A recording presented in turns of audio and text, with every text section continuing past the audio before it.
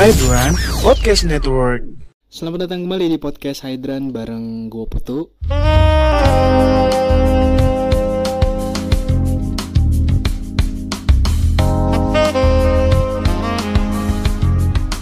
Di depan gue udah ada Prasetyani Dwi Jayati, betul ya? Atau akrab disapa dengan Yantul. Di episode kali ini kita mau bahas soal pandangan millennials. Gue millennials. bukan milenial ya. Bukan. Kan udah 34 apa ya? 32. Oh iya 32. Pandangan gue terhadap pernikahan dan anak keturunan lah. Jadi kita mau bahas soal pandangan pernikahan dari sisi ini wanita ya. Ini karena kan Prasetyani Dwi Jayati alias Yantul adalah seorang wanita. Di episode ini adalah full semua sudut pandangnya adalah dari sisi wanita. Sebelum kita mulai, gue mau tanya dulu, kenapa sih seorang Yantul ini ingin mengangkat topik soal pandangan tentang pernikahan dan tentang keturunan gitu. Emang pandangan dari seorang Yantul emang beda sama pandangan umum? Kalau menurut gue sih untuk standar Indonesia ya. Jadi kalau di Indonesia sendiri kan kayak normalnya cowok cewek nikah usia ya 25, 30, terus habis nikah, terus punya anak, kayak gitu kan standarnya kan. Ini maksudnya secara usia atau secara cycle hidup aja deh. Lu habis sekolah, lulus kuliah, kerja, lu kerja, pasti kan step selanjutnya adalah menikah. ya, Lalu punya anak, pasti gitu kan. ya gitu terus. Ya kayak gitu kan, cycle-nya yang dianggap dalam tanda kutip normal kayak gitu ya. Tapi kalau gue punya pandangan yang berbeda. At least sekarang mindset gue beda dengan orang-orang pada umumnya gitu. At least untuk sekarang ya, karena gue nggak memungkiri bahwa manusia itu hidup berubah pandangan itu nggak menutup kemungkinan banget. Kayak gue di umur gue sekarang 32 ya. Gue di umur 25 itu mikirnya beda dari yang sekarang. Berarti 7 tahun yang lalu itu beda sama sekarang. Iya gitu. Nah gue juga nggak tahu in the future, mungkin kayak gue umur 40 atau umur berapa berubah lagi gue juga nggak tahu. Tapi as of now itu yang jadi kayak prinsip gue gitu sekarang.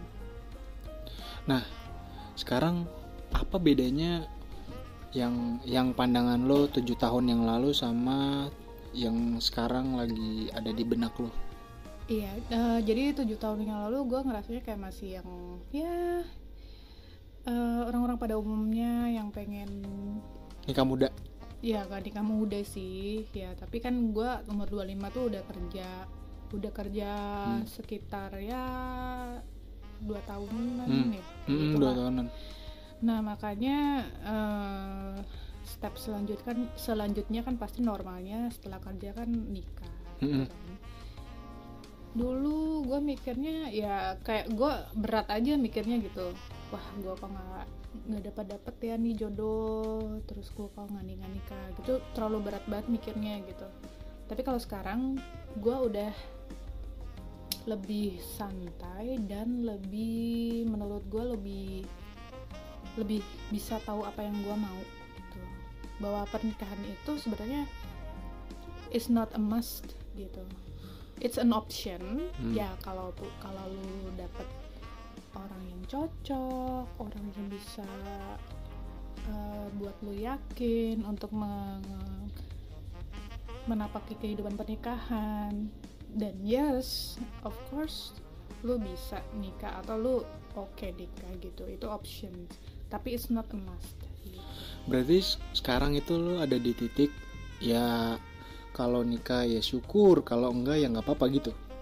Ya kalau nikah ya syukur, gini, kalau gue ketemu orang yang tepat, kalau gue yakin, ya udah gue nikah. Kalau enggak, it's okay, fine buat gue gitu. Enggak, maksudnya kayak apa, cowok yang gimana gitu, maksudnya yang bikin lo tuh yakin lah kita move into the next level gitu.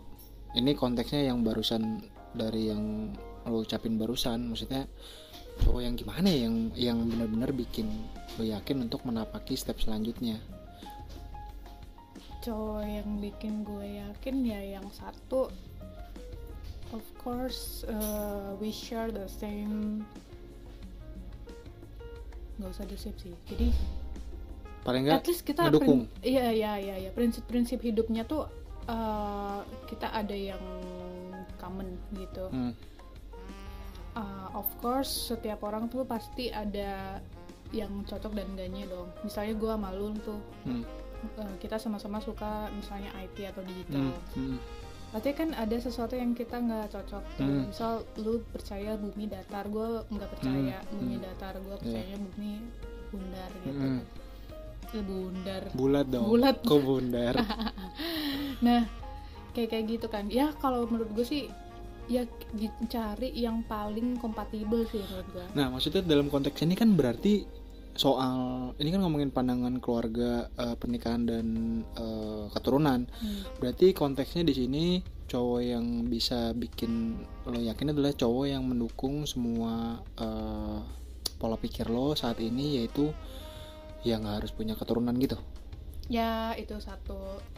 Dan ya gue tuh sebenarnya kayak gini, bukan kok child free itu udah jadi patokan gitu loh. Udah pokoknya itu titik, gue nggak mau punya anak, bukan kayak gitu. Kalaupun nanti gue menemukan seseorang yang cocok, terus kita bisa discuss apakah kita memutuskan untuk punya anak atau enggak gitu.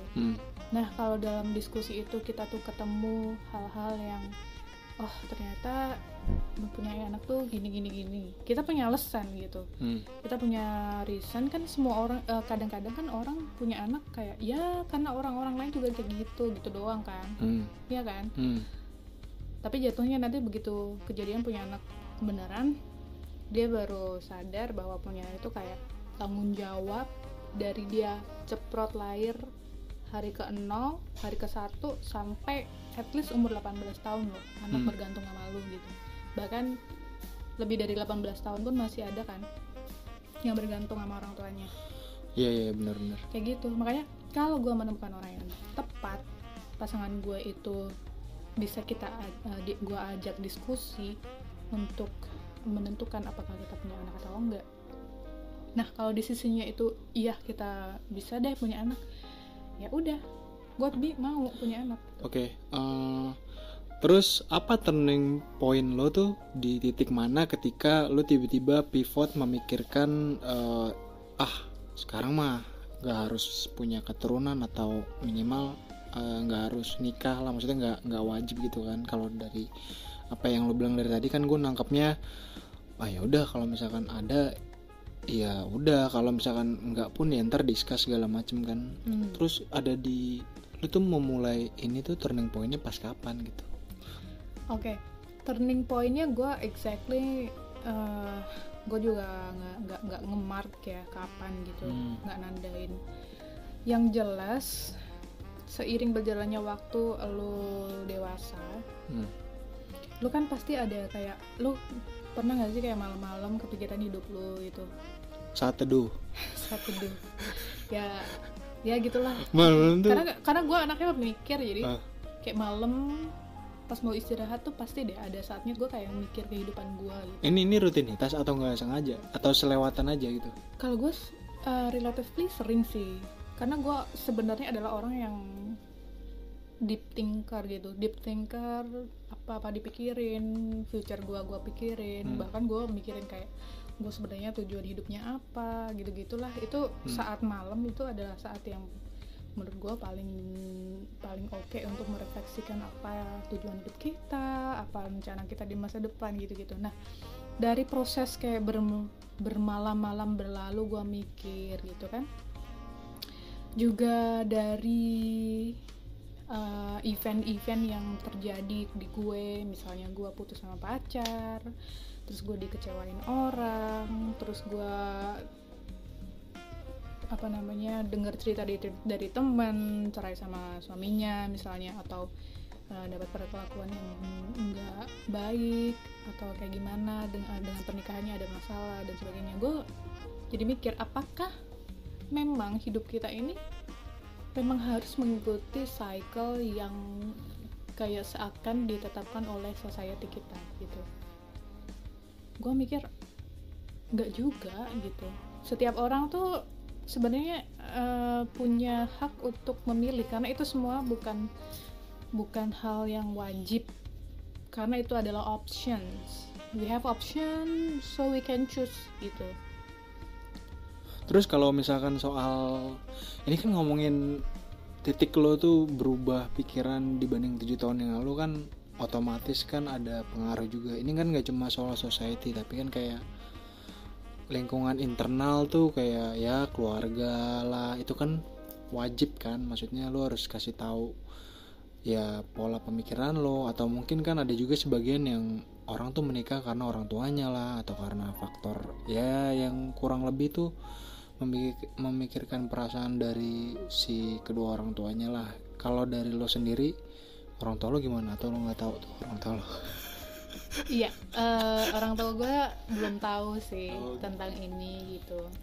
Tapi selama ini yang gue rasain adalah orang tua gue itu di usia gue yang sekarang nih.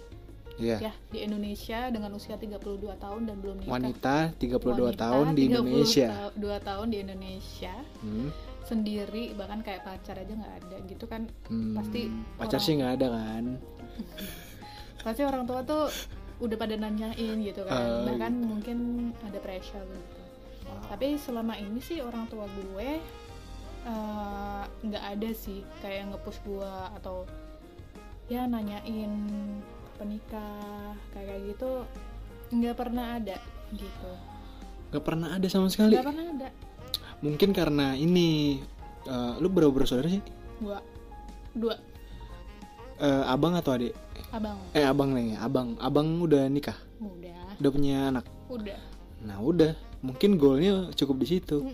Coba kalau kasusnya kayak gue, misalkan anak satu, anak tunggal, keturunannya nggak ada lagi nih, maksudnya siapa penerusnya? Lo emang di push atau ditanyain gitu? Enggak. Oh yaudah. Tapi kan gini, gue tuh punya reason kenapa gue nggak buru-buru nikah. Kan gue transparan lah sama mereka, ini kondisinya begini, terus balik lagi kondisi yang sekarang lagi kayak begini, terus balik lagi pernikahan tuh pertimbangannya banyak dan segala macam. Orang tua nggak nge-post, tapi keluarga yang lain yang nge-post, maksudnya kayak tante, tante, bude, om, pak de, nenek masih ada. Nenek udah nggak ada, habis lah, orang bokap nyokap udah hampir 70. Itu tuh mereka kan kayak oh ya udahlah, ibaratnya mereka tuh kalau kayak sepupu itu kan mereka udah hampir semua rata-rata udah nikah kan. Jadi yang satu letting nih kayak tinggal bisa dihitung jari yang emang belum nikah. Mungkin satu tangan doang nih di bawah 5 kan kalau dari total keseluruhan belasan sepupu. Nah ya gue bersyukur, maksudnya orang tua gue tuh nggak nge-push gue, karena dia tahu keadaan gue kan, kondisi gue. Keadaan apa nih? Finansial semua, finansial gue, terus kerjaan gue, terus ya kan ya mereka tahu lah orang sehari-hari kan gue ketemu kan. Kayaknya kasus gue sama juga gitu. Kayak jadi gitu juga. Mereka tahu apa yang gue lakuin, dan gue orangnya kayak gimana, dan sebenarnya gue juga kerja buat mereka juga kan, buat bantu mereka financially.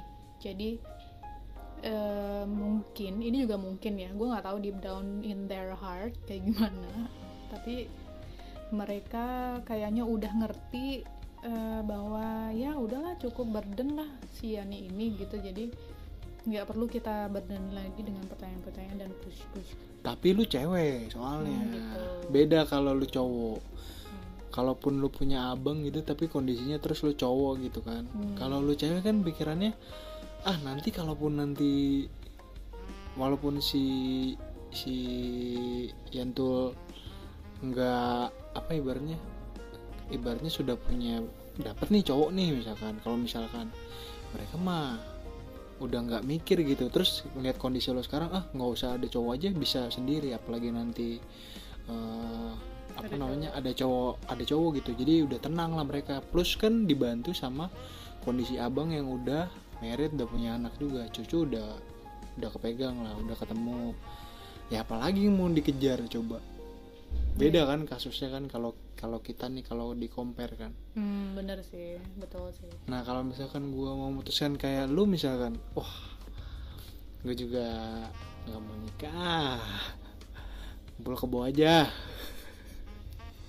kumpul kebo, living together gitu. Terus nggak sah, tapi gak enaknya tuh sama, nggak tahu ya, mungkin gue tipe yang memikirkan lingkungan sekitar kali ya, pikirin omongan orang gitu. Itu jelek juga sih sebenarnya. Ya betul, dan gua itu sebenarnya dulu juga kayak lu, mikirin omongan orang. Terus semakin dengan berjalannya waktu gue dewasa, gue ada satu tambahan mindset entah prinsipal ya nih. Jadi kayak gini, gue orangnya kan overthink ya kadang, jadi kalau malam gitu mikirin apa yang salah, ini loh, kesalahan apa yang telah gue perbuat dan kebodohan apa yang sudah gue lakukan gitu di masa lampau. Nah gue tuh capek sendiri kalau kayak gitu terus. Terus gue mikir gitu, sebenarnya bener nggak sih gue kayak gini, mikirin hal-hal kayak gini.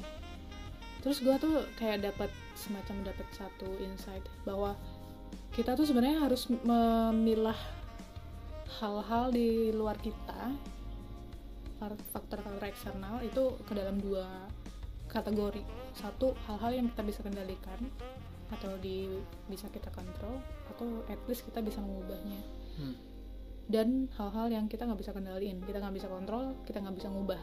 Contoh, kalau kita nggak bisa ngubah, nggak bisa kontrol, itu adalah mulut orang gitu, omongan orang. Lu eksternal ya, itu eksternal gitu kan. Lu nggak bisa kan nyuruh orang lu suka sama lu gitu. Bisa. Oh, hebat banget ya. Beli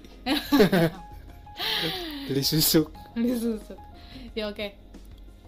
Anyway, lu nggak bisa kan nyuruh orang tuh kayak nggak berpikir apapun tentang lu gitu. Nggak bisa kan. Itu sesuatu yang nggak bisa lu kendaliin. Jadi lu nggak perlu capek-capek fokus ke hal itu. Hal-hal yang nggak bisa lu kontrol, lu jangan capek-capek ke situ. Lu gunakan energi lu untuk fokus ke hal-hal yang bisa lu ubah atau lu kontrol atau lu kendali gitu. Atau bisa lu kayak ya misal ya, hal-hal yang bisa lu ubah atau lu kontrol atau lu kendali itu misal kerjaan ya.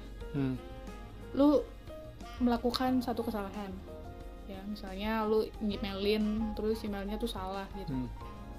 Nah itu sesuatu yang bisa lu ubah kan, ya kan? Minta maaf aja. Minta maaf gitu kan. Terus ya apalagi yang bisa lu ubah? Kalau lu punya salah sama orang juga minta maaf, itu sesuatu yang bisa diubah gitu. Tapi pandangan orang ke lu itu sesuatu yang nggak bisa lu ubah. Tapi kalau misalkan kondisinya kan beda. Kalau misalkan andai kata lo tetap memutuskan nikah tapi nggak punya anak. Nah terus ketika orang sekitar lo nanya nih, kan otomatis ya lo harus jawab dong. Nggak mungkin kita harus jawab dong. Iya bener, nggak mungkin lo puter-puter kan. Kayak misalkan andai kata nih suatu hari nanti misalkan lo udah married nih, akhirnya memutuskan untuk married, tapi kalian berdua sepakat untuk gak punya keturunan misalkan gitu kan. Nah kira-kira jawaban apa yang akan lo kasih ketika orang di luar atau satu circle lo gitu nanya, kenapa sih lo belum punya anak? Nggak mungkin dong lo jawab terus-terusan kayak ya mungkin belum dikasih, mungkin belum dipercayain sama yang di atas. Kita positively nggak akan jawab itu sih dari awal gitu. Berarti dari awal tuh udah langsung ya udah kasih tahu yang sebenar-benarnya aja gitu. Ini case bahwa nanti kita akan decisionnya tidak akan punya keturunan ya, case-nya. Betul. Ya, case-nya kalau kita sudah memutuskan untuk ya udah child free, nggak punya anak, ya udah Kalau dari awal orang tanya, ini kalau orang tanya aja ya, karena aku tipenya gini, kita tuh nggak usah ngejelasin ke orang-orang big decision in our life.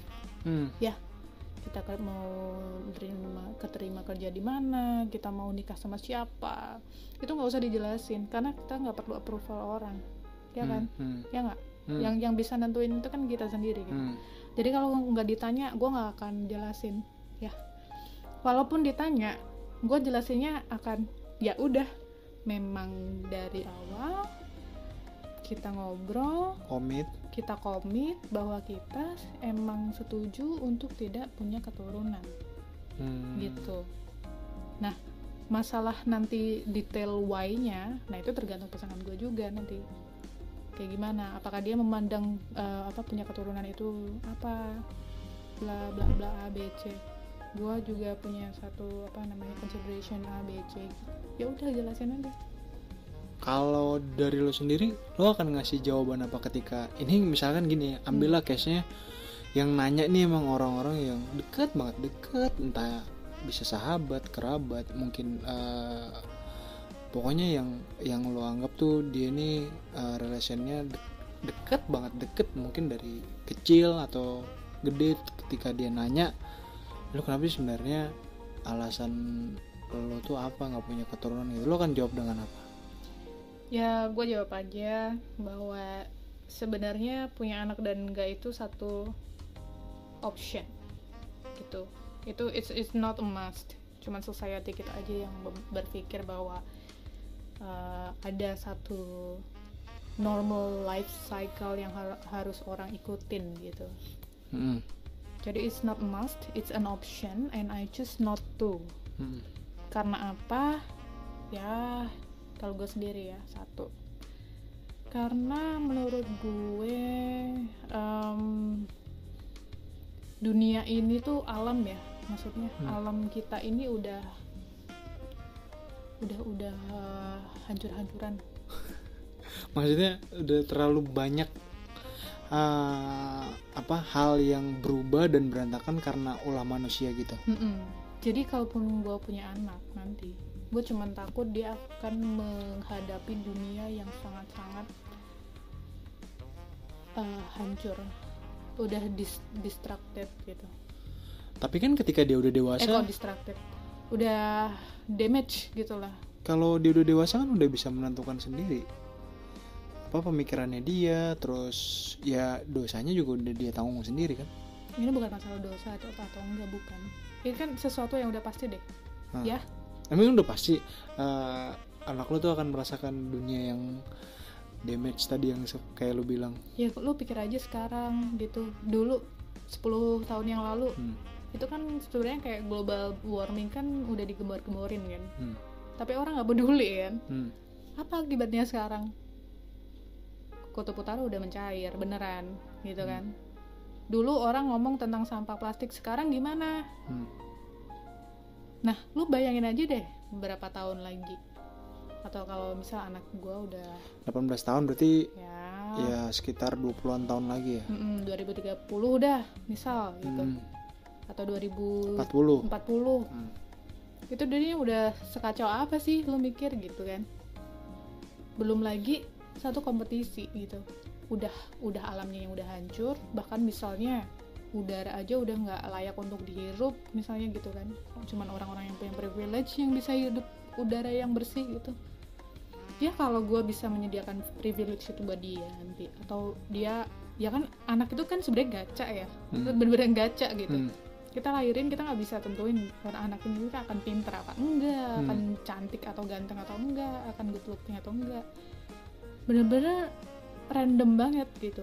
Bahkan kalau sebenarnya kita orang tua udah mendidik dengan baik, ada kan anak-anak yang udah dididik dengan baik tapi tetap outputnya nggak sebagus yang mereka expect kan. Iya, tapi ada juga yang kebalikan, anaknya misalnya papa mamanya broken atau tapi sukses itu, tapi anaknya bisa sukses, bisa baik kayak gitu ada juga. Jadi makanya gue bilang tuh anak tuh gacha gitu. Jadi dia tuh yang menentukan kualitinya dia tuh ya dia sendiri gitu, nggak. Jadi gue juga nggak tahu ya, alhamdulillahnya kalau sebenarnya gue punya anak dan anaknya itu bagus ya, karakter, pintar dan sebagainya, tambah lagi good looking, itu kan privilege ya. Nah di dunia yang sangat-sangat nanti itu adalah selektif banget dan kompetitif ya, ya kan, udah alamnya kayak gitu, udara mungkin nggak akan sebersih sekarang, atau air bersih itu akan sangat-sangat limited, belum lagi dia nggak punya privilege, belum lagi dia nanti nggak pintar, belum lagi nanti kompetisinya lebih ketat banget kayak gitu. Kenapa? Gue sekarang aja gue udah ngerasain sesuatu yang kayak gitu. Sekarang aja gue udah ngerasain, yang asli ya. Kenapa sih gue hidup di dunia yang udah kayak gini? Kadang-kadang lo mikir gitu nggak? Enggak sih, gue Enggak nggak ya? sejauh itu sih gue. Nah makanya ini bedanya gue sama orang-orang. Jadi gue tuh sangat punya pikiran yang menurut gue ya agak beda sama orang-orang gitu. Gue mikirnya kayak gini.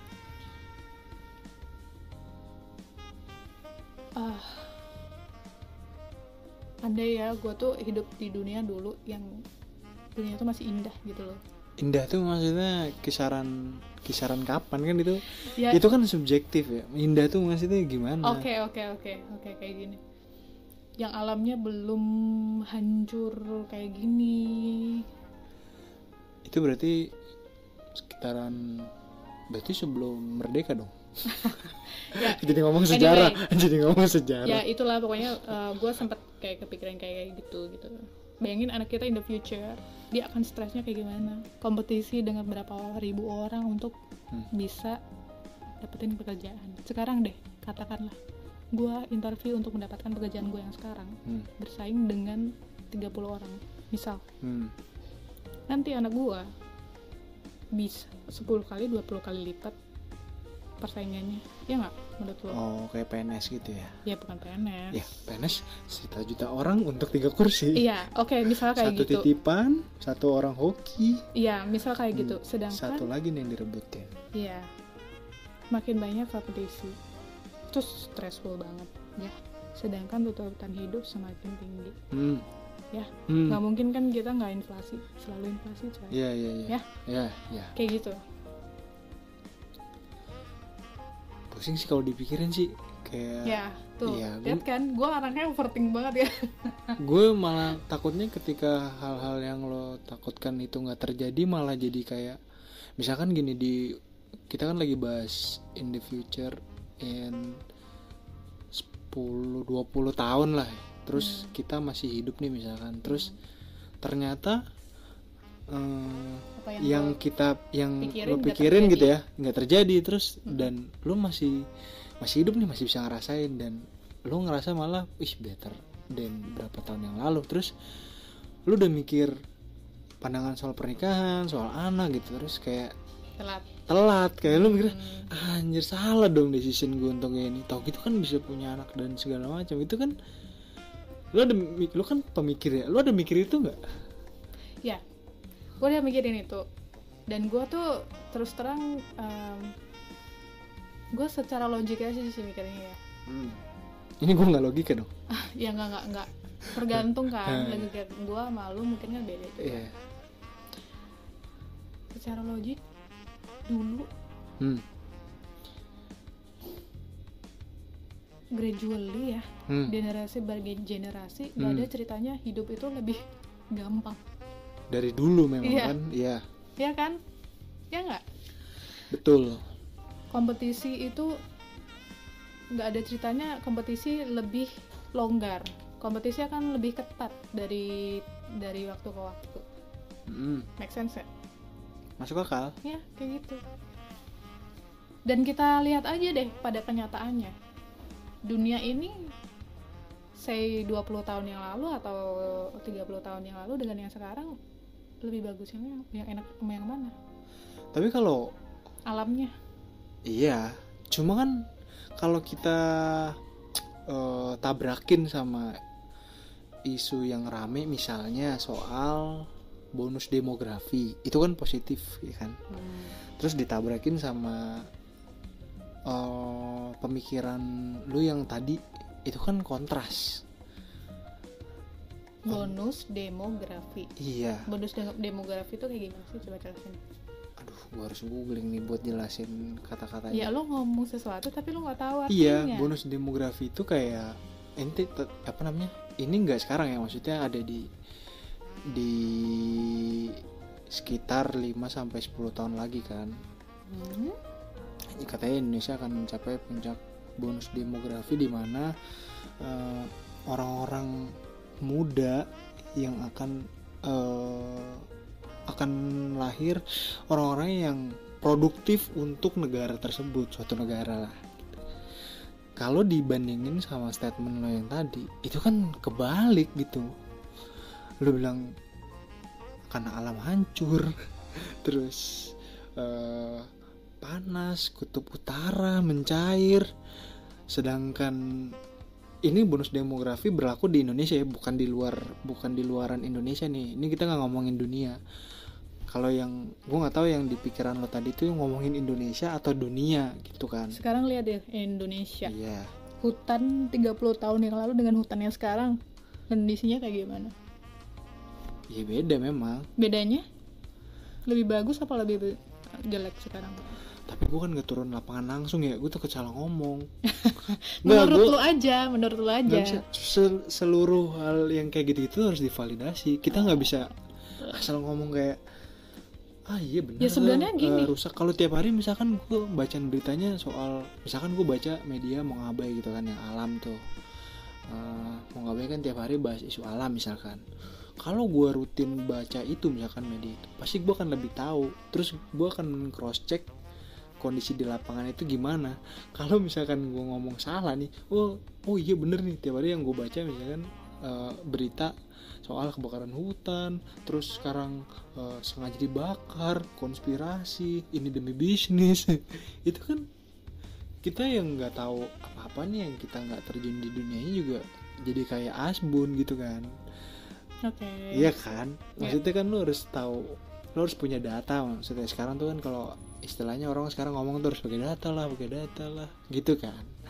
Nah itu tuh harus benar-benar di riset yang benar-benar mendalam gitu loh. Jadi kayak makanya tadi gue bilang statement lo itu sangat bertabrakan dengan isu yang gue kan kasih tahu ini kali ya, manfaat positif bonus demografi ini kalau menurut pengertian yang banyak orang pakai gitu ya, untuk mereka tuh istilahnya dipakai buat sama mereka tuh apa, politisi-politisi yang mau maju dan menggait anak milenial gitu lah, anak muda tuh yang mana itu jadi coba sebutin bonus cuannya mereka. Bonus demografi itu apa aja? Nah, coba sebutin. Makanya gini, kalau misalkan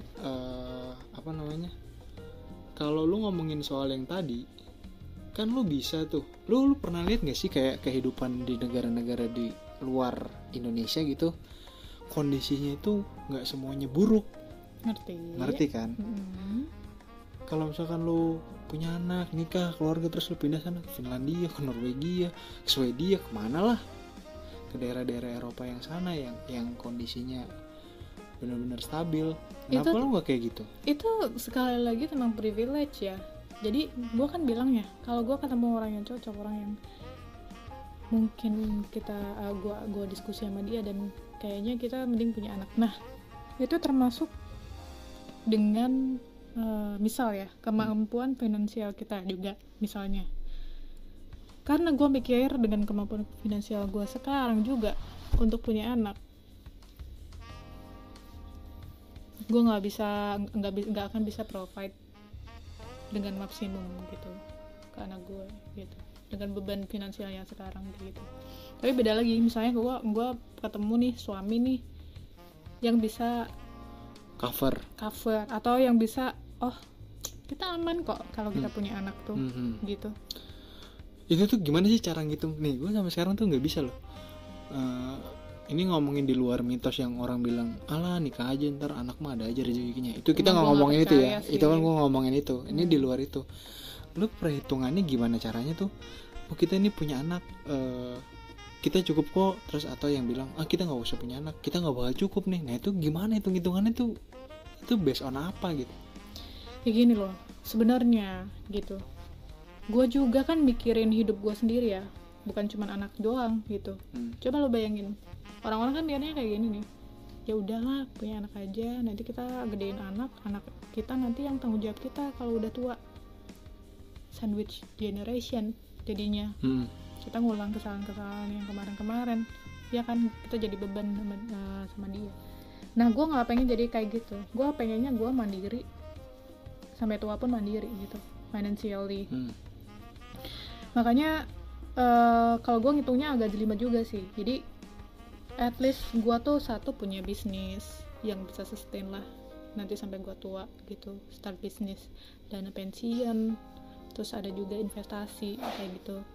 Belum lagi gue juga harus financially support my parents, ya kan.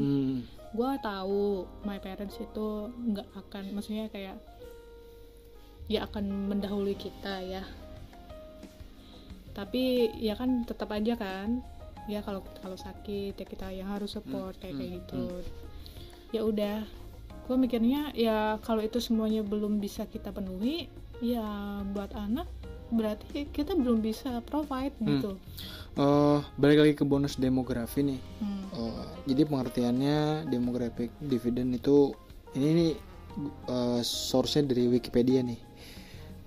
Jadi bonus demografi itu adalah potensi pertumbuhan ekonomi yang tercipta akibat perubahan struktur umur penduduk, di mana proporsi usia kerja dari 15 sampai 65 tahun lebih besar daripada proporsi bukan usia kerja atau 0 sampai 14 tahun dan di atas 65 tahun. Kondisi ini bisa terjadi ketika angka kelahiran dan angka kematian menurun pada suatu negara, di mana hal ini menyebabkan usia non-produktif menurun dan penduduk usia kerja dapat hidup lebih lama. Jadi bonus demografi itu kayak yang tadi gue bilang, lebih manusianya ya. Betul, lebih ke manusianya kan, betul, bukan alamnya. Betul, tapi kan makanya tadi kan kalau yang ditabrakin tadi itu kan soal statement lu adalah soal anak lu kan ketakutan anak lu nanti persaingan lah apalah, tapi kan ketika tadi ditabrakin dengan bonus demografi ini, bonus demografi dibilangnya usia produktif lebih banyak kan? Iya kan? Iya. Lebih banyak kan? Justru lebih banyak berarti kompetisinya lebih ketat dong. Pikirin. Iya, tapi kan peluang pertumbuhan ekonominya lebih banyak. Ya, jadi potensinya kalau pertumbuhan ekonomi memang lebih banyak. Enggak, maksudnya secara potensi bisnisnya otomatis kan akan lebih luas. Jadi peluang usia produktif dan juga lapangan bisnis otomatis akan lebih banyak dong. Masuk akal nggak sih? Iya ngerti nggak sih? Ya benar sih yang lo bilang. Tapi sekali lagi kalau itu adalah ini ya, best skenario, ya kan? Itu best skenario kan. Betul. Tapi kan ada skenario ya, kita nggak tahu. Iya. Ada corona kayak gini. Nah, apa gila, iya kan? berubah. Kita nggak tahu kan. Kita nggak tahu. Ada corona kayak gini atau pemerintah kita yang semakin korup. Betul. Ya. Betul. Kita makin banyak ngehasilin tapi pajaknya ditilep-tilep, kita juga nggak tahu. Betul. Gitu. Ini kalau bahas bonus demografi kayaknya panjang. Nanti kita bahas di episode khusus aja ya. Gini. Bagian tentang kompetisi mungkin anak gue akan survive nanti. Tapi dengan alam gimana? Itu nanti kita bahas deh. Ini panjang nih, kalau nanti kita kumpulin datanya, risetnya, baru nanti kita bahas solusinya gimana, konklusinya apa untuk merubah pola pikir. Lu mau merubah pola pikir gue? Enggak. Maksudnya kita kan harus, ya nggak apa-apa dong, sehat dong debatnya. Oh ya. Ntar ini cuma kurang data aja. Ntar kalau datanya udah kekumpul nanti kita bahas secara rinci ya. Oke. Episode ini kita tutup sampai di sini. Close the door. Oh enggak. Enggak dong. Saya kan tidak botak. Sudah, kita tutup sampai sini. Gue cabut dulu, sampai ketemu di episode selanjutnya. Bye bye.